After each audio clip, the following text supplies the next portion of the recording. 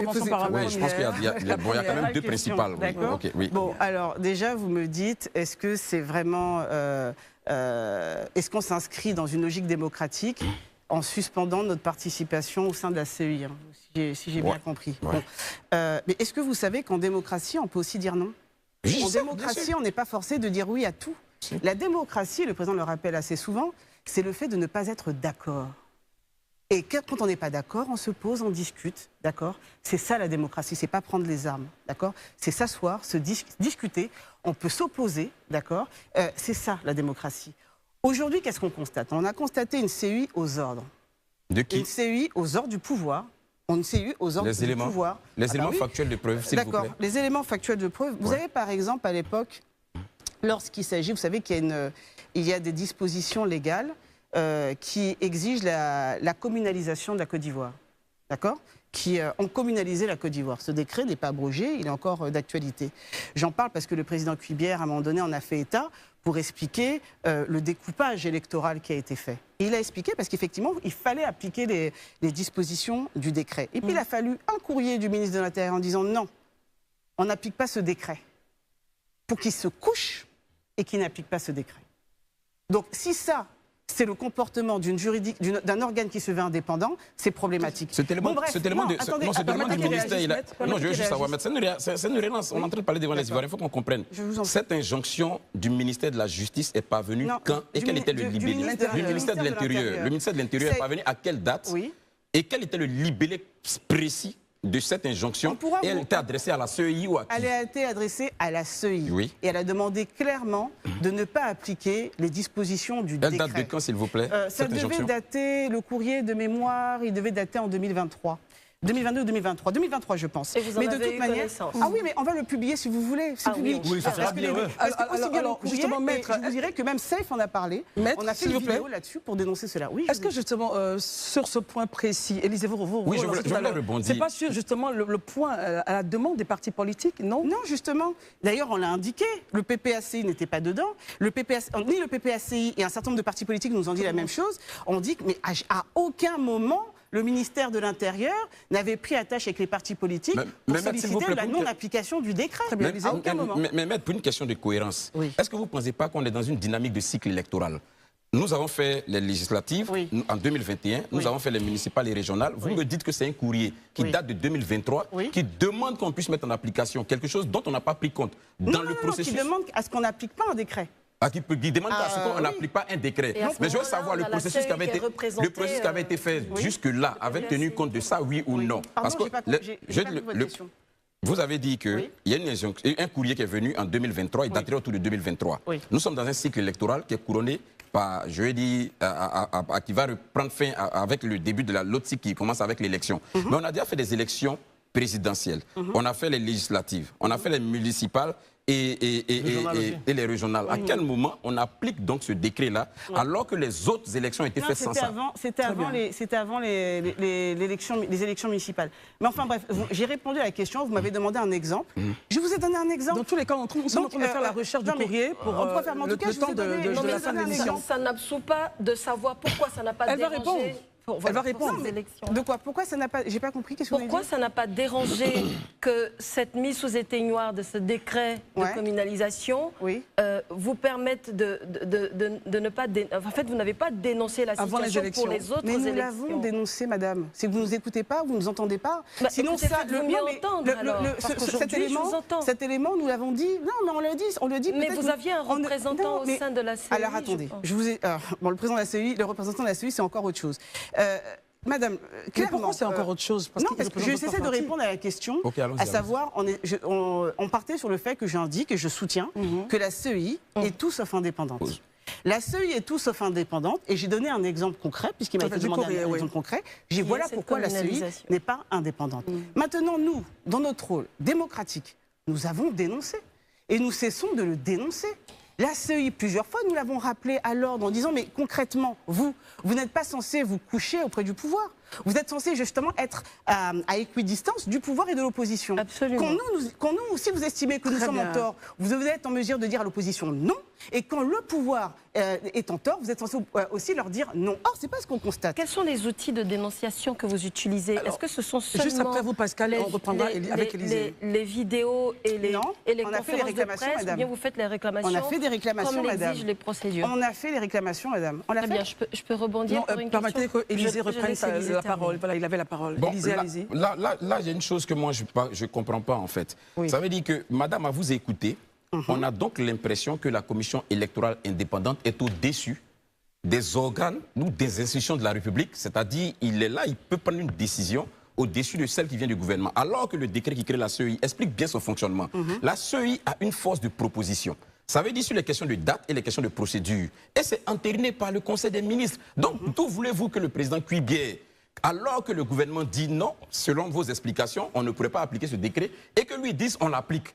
Vous demandez à Cuibier de s'arroger des droits qu'il n'a pas, en fait, en réalité. Non, pas du tout. Mais monsieur, un décret a plus de valeur, excusez-moi, qu'un courrier. D'accord? Un décret de la République a plus de valeur qu'un courrier. Donc quand vous avez un décret de la République, que vous, président de la commission électorale, vous savez très bien qu'il a lieu de s'appliquer, et que vous avez juste un courrier qui vous dit ne l'appliquez pas, quand vous êtes indépendant, bah vous dites quoi? Je l'applique. Je ne peux pas vous suivre, monsieur, je peux pas suivre le ministère de l'Intérieur là-dessus, parce que c'est un décret de la République qui n'est pas broché, je l'applique. Marius, et ensuite, n'oublions pas qu'avant la fin de l'émission, on aimerait avoir le point du PPACI sur les questions, évidemment, de ce qui se passe au PDCI. Marius, et on termine avec à la suite de sa radiation donc, de la liste électorale, le PPACI a décidé de se retirer de la CEI. La radiation du président Laurent Gbagbo, je vais dire. Là à la suite de sa radiation, de la radiation en 2020. Voilà, de M. Laurent Gbagbo sur la liste électorale, le PPACI a décidé de se retirer de la CEI. Mais nous n'étions pas. Pardon? Nous n'étions pas dans la CEI. Si, vous y étiez avec M. Demba Traoré. Monsieur Demba Traoré est arrivé en 2022. N'empêche qu'il y était. Vous me dites, attendez, il faut être précis. Vous me dites que quand le président a été radié en 2020, monsieur. Oui. C'est en 2020. D'accord? Il a été radié en 2020, nous n'étions pas à la CEI. Donc, comme vous parlez de on s'est retiré, on ne peut pas se retirer d'un organe qu'on n'a pas intégré en 2020. Très bien, mais lorsqu'il rentrait à la CEI, voilà, il rentrait sous la bannière de, avant évidemment, normalement d'être assermenté, de prêter serment et de dire qu'il travaillera pour la population. Il est rentré en tant que qui, monsieur Dembapié? Il est rentré désigné par le PPACI, par le président du PPACI. Alors, donc ça me ramène à comprendre que vous vous êtes retiré, oui ou non, de la CEI? Oui, on s'est retiré là. Mais voilà, c'est de ça qu'il s'agit. Mais comment pouvez-vous retirer de la CEI et en même temps, qui a été qualifiée d'institution boiteuse au dire du président Laurent Gbagbo, et puis par la même occasion, le 12 avril, à Dabou, le président a annoncé qu'il participera à l'élection présidentielle. Par quelle alchimie pourra-t-il participer à une élection présidentielle pour laquelle d'ailleurs son nom ne figure pas sur la liste électorale? Mais quel est le rapport? C'est-à-dire que, attendez, vous me dites, parce qu'on s'est retiré de la CEI, on ne pourrait pas participer à l'élection présidentielle? Lui, j'ai bien parlé de sa radiation. Il n'est plus sur la liste. Il n'est pas sur la liste. Quelle solution vous envisagez? D'accord. Comment quelqu'un qui n'est pas sur la liste pourrait-il être radié? Il a été radié, comme on vous l'indique encore, d'accord? Il y a une décision, alors on va le répéter encore une énième fois, il y a une décision de la Cour africaine des droits de l'homme qui demande à ce qu'on le réintègre et à ce qu'on lui permette, d'accord, s'il le souhaite, d'être candidat. Dans un état de droit, on respecte sa signature. Et lorsqu'on a une décision de la Cour africaine des droits de l'homme qui vous demande, d'accord, de réintégrer, d'accord, on l'exécute, d'accord. Les décisions ne sont pas faites juste quand ça nous arrange. On doit également les respecter quand ça ne nous arrange pas. C'est ça la démocratie. Or, en l'occurrence, qu'est-ce qui se passe ? D'accord? C'est que, outre, je ne vais même pas revenir sur toute l'irrégularité de la procédure qui a abouti à la condamnation du président Laurent Gbagbo, mais en tout état de cause, il y a une décision qui intervient, qui demande à ce qu'il soit réintégré et elle n'est pas exécutée. Quel est le rapport, justement? Il est là le problème. Maître, justement, quel est le rapport que la Côte d'Ivoire entretient en ce moment? Et vous êtes juriste, vous allez peut-être mieux regarder cette affaire. Quel est le rapport entre la Côte d'Ivoire en ce moment et la Cour africaine, justement? Ah non, elle s'est retirée. Elle s'est retirée. Mais lorsque la décision a été prise, les décisions s'appliquaient encore à elle. Parce que c'est pas la fête, on ne se retire pas comme on veut. Excusez-moi, il y a des préavis à respecter, etc., etc. Donc non, en ce qui concerne la légalité de la décision, elle n'est pas remise en question. Très bien. Sauf que là, c'est juste, en gros, hein, c'est je décide, parce que je le veux, de ne pas exécuter une décision à laquelle, pourtant, j'avais reconnu la compétence de la juridiction. C'est ce qui est problématique. Très bien. Daouda? Maître, on va revenir juste un peu au PPACI encore. Juste un peu. Je suis là pour ça. Oui, bien entendu, et ça me fait vraiment plaisir de vous voir. Laurent Gbagbo veut réconcilier les Ivoiriens. Il veut fédérer les Ivoiriens autour de l'opération Trop c'est trop. C'est bien ça. Mais je suis quand même un peu embêté quand on sait qu'après son retour de la CPI, l'acte politique symbolique que M. Laurent Gbagbo a posé, c'est de diviser sa propre famille politique. Est-ce qu'il est crédible, M. Laurent Gbagbo, pour pouvoir fédérer les Ivoiriens quand il n'a pas pu tenir sa famille en ordre? Précision, Daouda. Mamadou Koulibaly est quelque part, Simone Eivé Gbagbo est quelque part, Afi N'Guessan est quelque part, Charles Blé Goudé est quelque part, lui il est seul. Il n'a pas pu réconcilier sa famille politique et c'est les Ivoiriens qui veulent réconcilier. Est-ce que c'est possible? D'accord, merci pour votre question. Alors déjà, le président Laurent Gbagbo n'est pas seul, d'accord? Si nous sommes si nombreux autour de lui, il suffit de voir Dabou pour voir que le président Laurent Gbagbo n'est pas seul. Bon, ça c'est la petite parenthèse. Pour revenir à votre question, vous voyez, bon, je comprends, hein, parce que au regard de ce qui se pratique actuellement depuis 15 ans au pouvoir, je comprends quelque part votre question. Mais sachez que le principe démocratique, c'est la liberté de tous d'adhérer ou pas à un parti politique. Donc, quand le président Laurent Gbagbo crée le PPACI, d'accord, c'est pas le président Laurent Gbagbo qui va mettre un couteau sous la gorge de qui que ce soit pour intégrer le PPACI. Si le ministre Charles Blé Goudé a voulu rester dans le COJEP, si Mme Simone Eivé a voulu créer le MGC, si d'autres encore veulent créer d'autres mouvements, mais c'est leur liberté. D'accord? Et je crois que le président l'a encore rappelé lors du comité central en disant que nous, là, si nous nous appelons le parti africain, le parti des peuples africains, c'est parce que justement nous reconnaissons la liberté à chacun de créer son parti. Le PDCI n'est pas de notre mouvance, mais on doit être solidaire avec ce parti lorsqu'il est mis en difficulté. Si demain c'est le MGC, si demain c'est le COJEP, si demain c'est un X parti, peu importe, on doit se battre pour permettre justement toute la diversité de s'exprimer. Mais vous évoquez comme si on devait obligatoirement mettre tout le monde sous notre copie. Mais madame, c'est pas ça le contexte. Parce que là où vous partez un peu loin.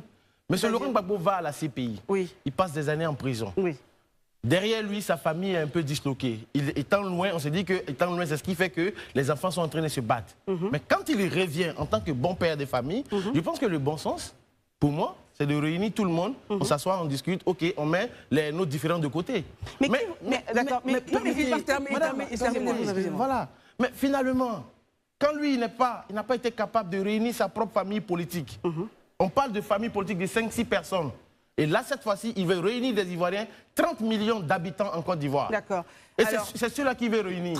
Il a lancé l'appel de Benoît, il n'y a pas du monde qui s'est bousculé au portillon. Là, il lance l'opération Trop c'est trop. Vous pensez que Laurent Gbagbo, les gens l'écoutent encore? Très bien, on va la laisser répondre. Parce que quand vous parlez de Dabou, il y avait full mobilisé. Moi, je vous donne les moyens, je mobilise le Stade Félix Houphouët-Boigny. Permettons à notre invité de répondre. Ne vous inquiétez pas. Permettons à l'invité de répondre. J'aimerais bien le voir.